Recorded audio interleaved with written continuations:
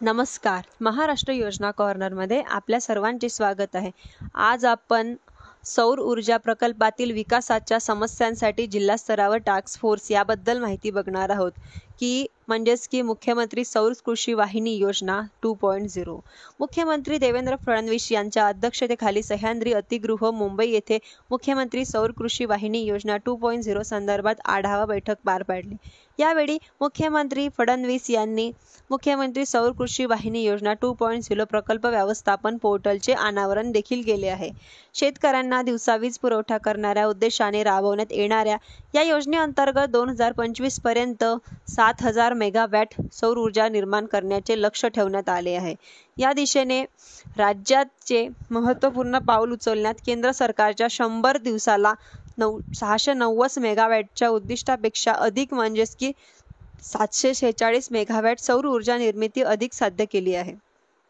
मात्र काही प्रकल्पांना पर्यावरण, वन विभाग व सुरक्षेशी संबंधित अडचणी निर्माण होत असल्यामुळे या समस्या सोडवण्याचा जिल्हा स्तरावर टास्क फोर्स स्थापन करण्याचे निर्देश मुख्यमंत्री फडणवीस यांनी दिले आहे. यासोबतच सर्व सौर ऊर्जा फीडर प्रकल्पाचे काम सप्टेंबर 2026 अखेर पूर्ण करण्याचे आदेशही देण्यात आले आहे.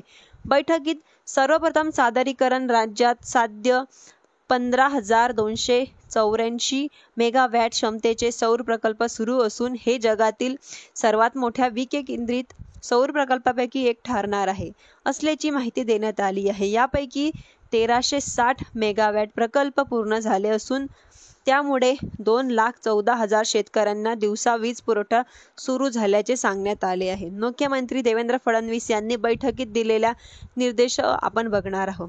जिल्हास्तर जिल्हाधिकाऱ्यांना अध्यक्षतेखाली टास्क फोर्स स्थापन करावी.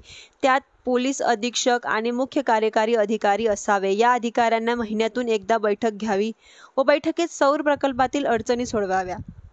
आदिवासी शेतकऱ्यांना दिलेले वन पट्टे कायदेशीर करण्यात वन विभागाने प्रयत्न करावे.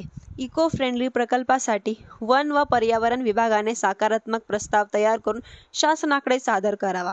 ग्रामपंचायतीकडून पुन्हा ना हरकत प्रमाणपत्र घेण्याची गरज नाही.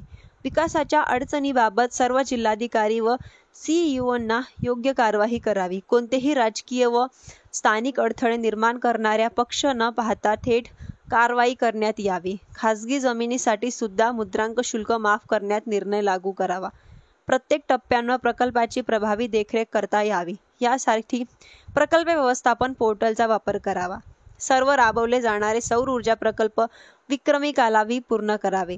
तातडीने कार्यवाही करावी. यावेळी हे माहिती देण्यात आली आहे. मुख्यमंत्री सौर कृषी वाहिनी योजना 2.0. आपण याबद्दल माहिती बघितली आहे. तुम्हाला जर व्हिडिओ आवडला असेल तर व्हिडिओला लाईक, सबस्क्राईब आणि शेअर करायला विसरू नका. धन्यवाद.